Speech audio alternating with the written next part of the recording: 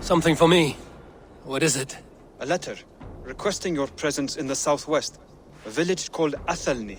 Nothing strange about a summons for me, is there? It is not the recipient I find strange. It is the sender. The letter is signed a poor fellow soldier of Christ. Ah, our mysterious partner. For a short time, I hoped it might be Basim feeding us the names of these targets. He seemed the most likely man, for a time. Only one way to discover the truth. Thank you, Hytham. I will take care of this.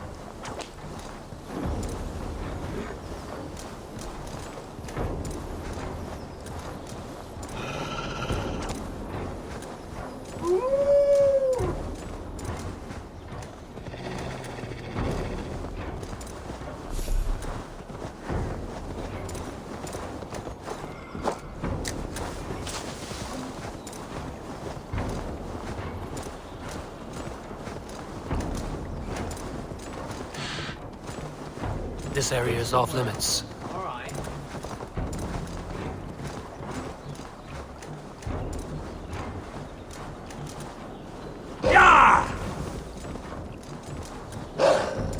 I'm nearing the Avon River at Uffentune. This was where Alfred said the battle with Uppa took place.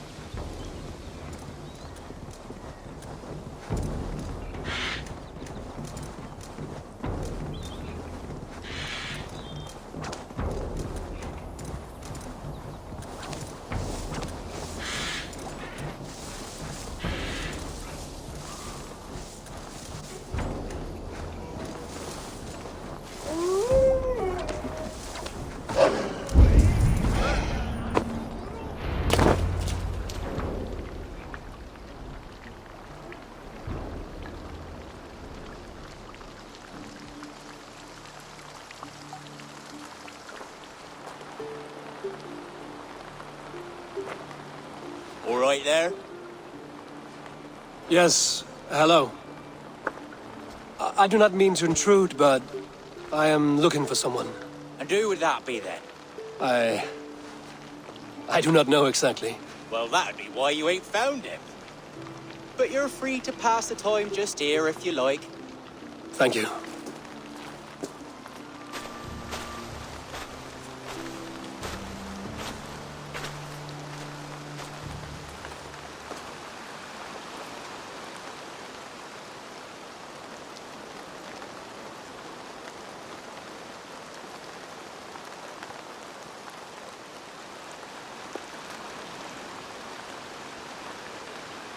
These are soul cakes, love.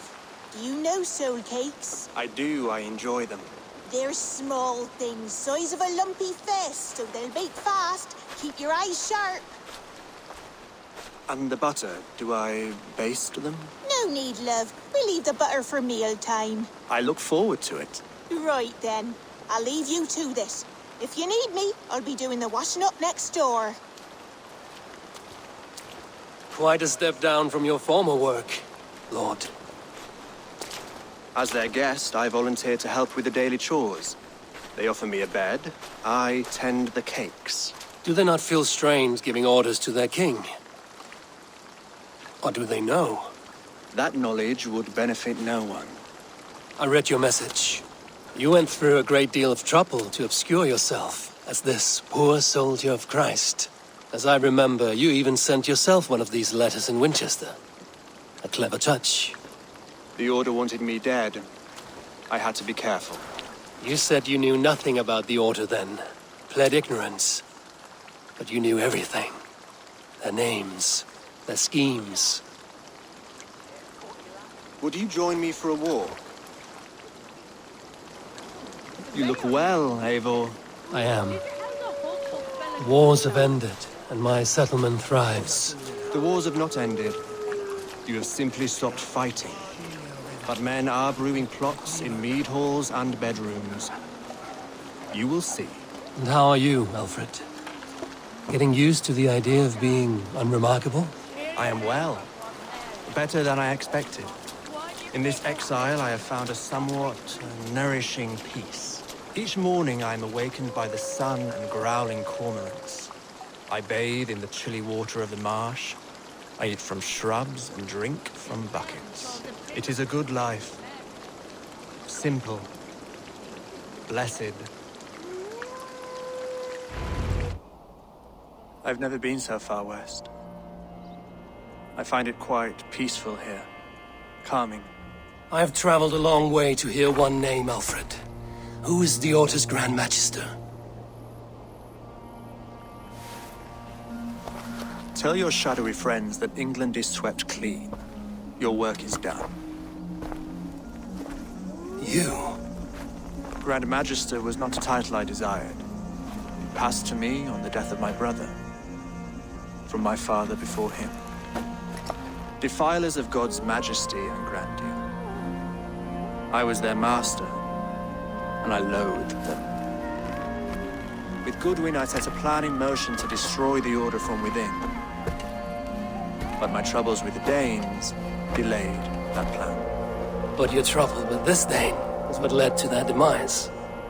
You are Norse, are you not? You have a good ear. I owe you my thanks, Abel. For that, I give you this. The key to my study. That you may better understand the good you have done. With the Order all but destroyed, you have made room for a greater idea. One to take its place. A universal divine order, inspired by God for the betterment of man. With a poor fellow soldier at its head. You have saved England, whether or not that was your intent. Now let England save you. England is no more, Lord. You are the last of her kings, and yet you have no kingdom. Look around you. God's works are wondrous.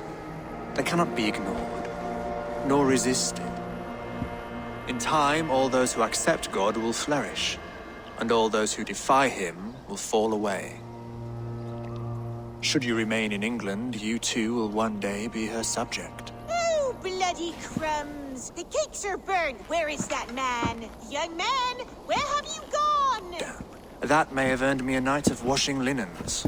I do not know if we shall meet again, Eivor. God willing we will. As one lord to another, perhaps.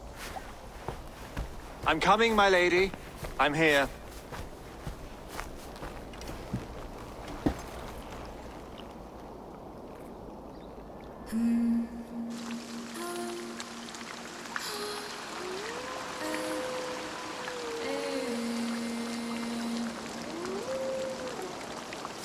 Alfred gave me a key to unlock his study.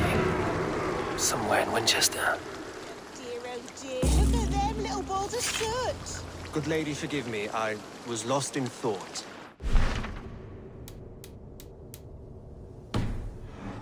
Just let them cool and we'll begin again. Direct me, and I will obey.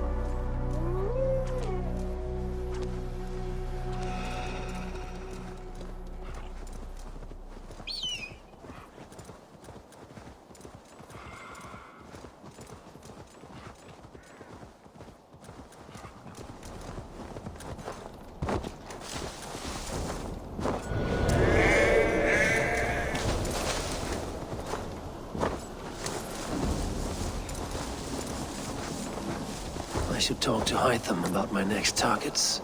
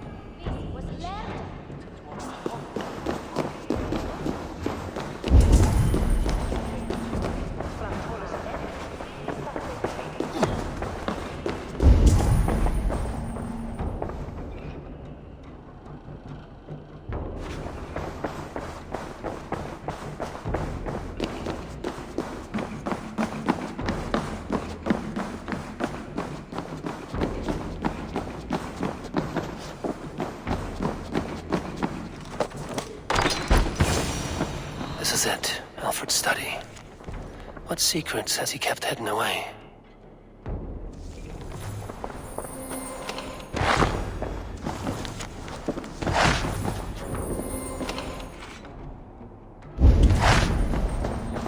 Rantings and ravings, not unlike full-case illusions.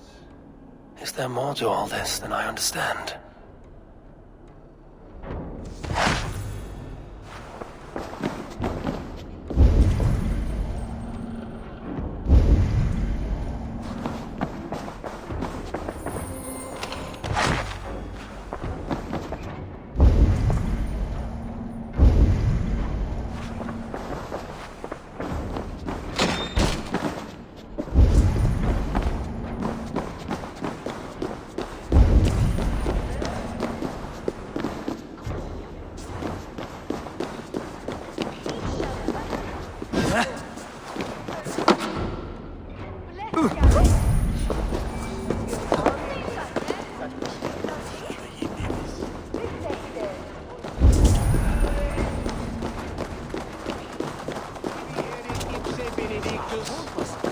Non vive in ignorantia le sue...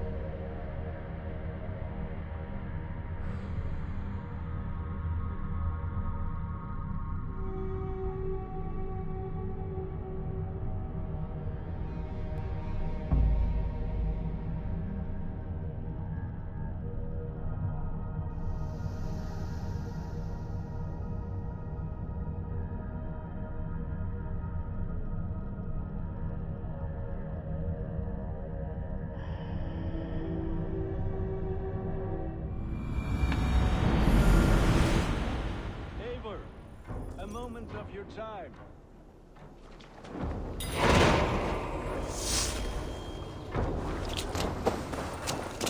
Now, this one begins a long time ago at a desert oasis, far away.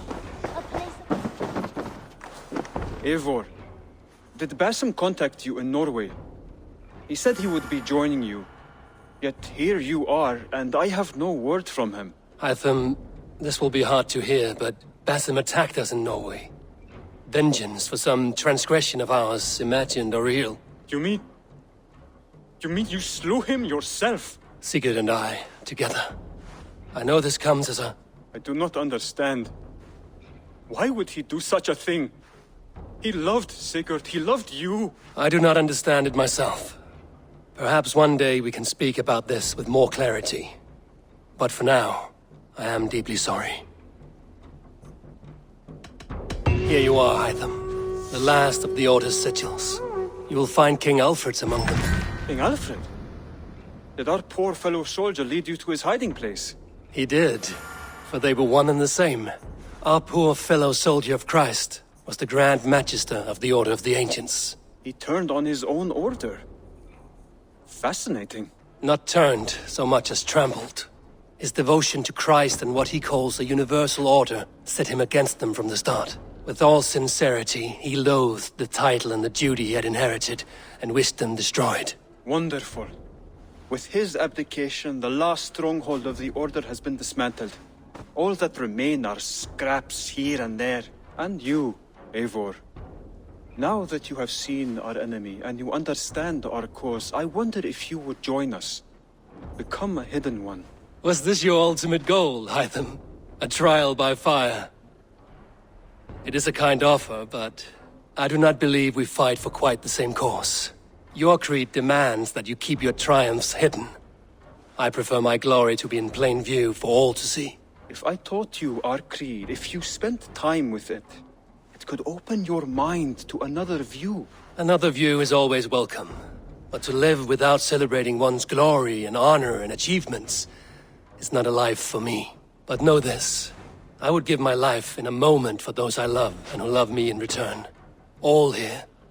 Including you, my friend. I understand you well, Eivor. Very well indeed.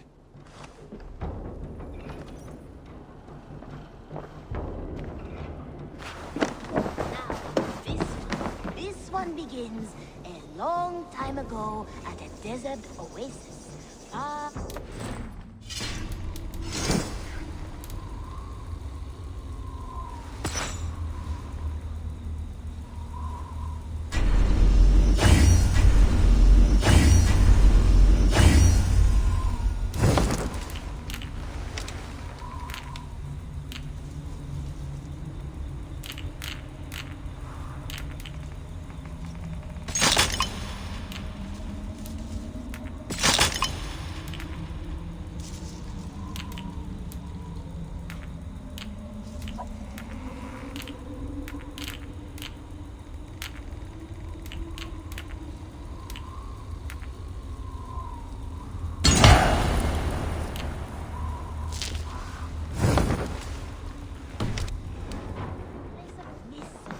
wonder and a temple to a hidden god. The guardian of this temple was a proud man, kingly in nature, but not in fact.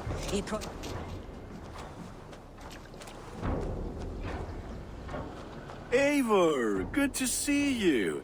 I am... What's wrong? Bridget and I were thinking, with everything calming down the way... You want to be married? Yes. Yes, I imagined. Gunnar, to see you so happy has been a pleasure. I'll be honest, Eivor. I came here with a lot of... And Bridget too. From all she said, she's better off here. Then let's not bother with tradition. If you have your bride...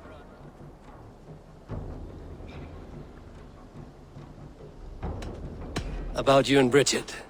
When do you wish to be wed?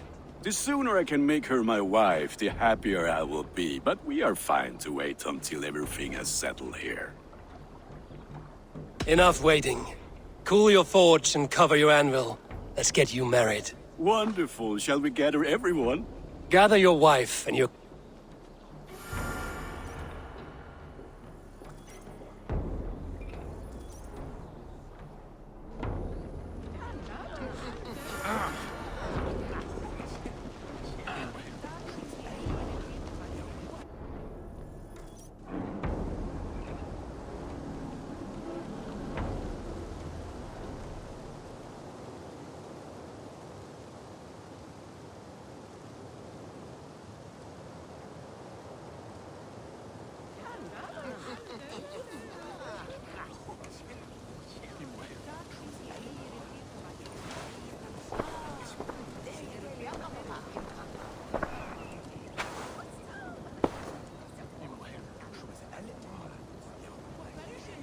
I am honored to stand before you, Gunnar, Bridget, on this bountiful day.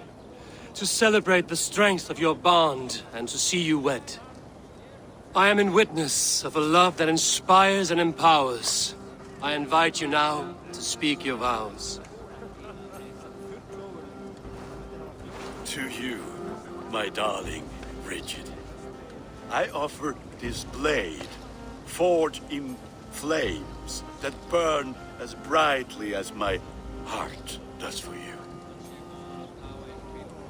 A blade as sharp as your wit, as glinting as your beauty. May it sing through the air as sweetly as your voice meets my ears. Dio, sed vi det carit si Gunnar. Dwi'n efa am lwcus bod fi wedi dod o hyd o ti yng nghariad.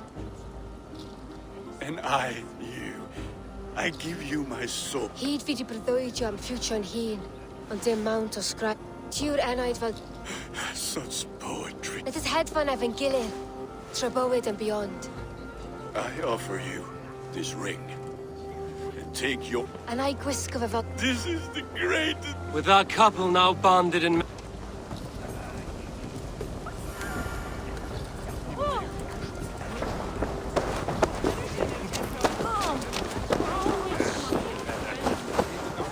Randvi, saw you looking a little lonely. Thought I might come and join you. How nice. Are you enjoying yourself? I am. I never thought I would see gruff old Gunnar so enraptured by a woman. Enraptured by anything, for that matter.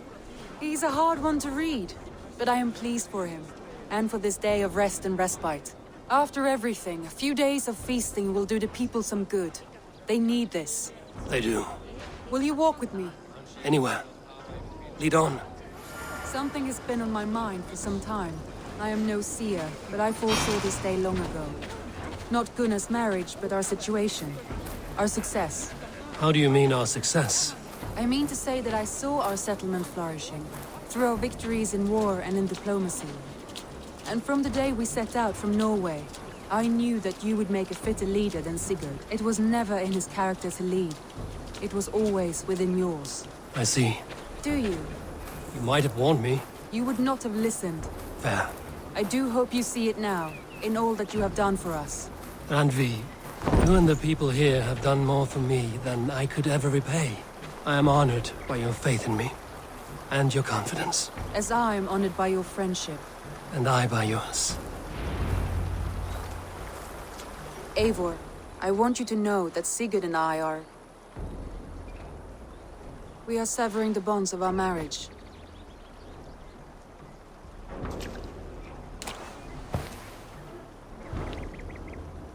We share a love that is steadfast, and I have faith it will forever be so. But it is not the love of a wife and her husband. It was not an easy decision. But after we talked with honesty, we embraced more warmly than we have in a great while. I think we will be happy. I hope so. And I am pleased for you. I am pleased for myself.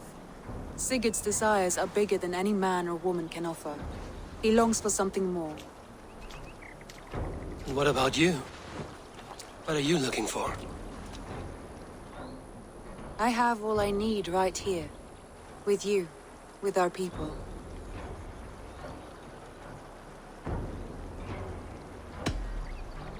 I want to say, Randvi, I love you, and I have for some time. I did not pursue it, not wanting to betray my brother's trust. That does not mean I did not desire it. Does that surprise you?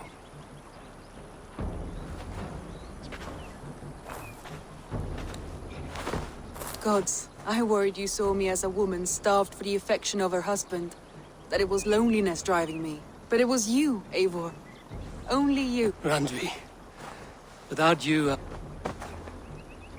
I never told him outright, but I doubt he will be surprised. I think he may have suspected it even. If he suspected it, he never said anything. He is more observant than I often give him credit for. I believe he sees us as we are. And as we can wait to tell him. Give it a few days, when the feasting is over and everything is set. Agreed. The blink of an eye. Shall we find our way back to the wedding? About that, I have not understood a single word of hers since Gloucestershire. Really? I find she speaks beautifully. With poetry, even. Are you kidding? Am I? Come, we should go.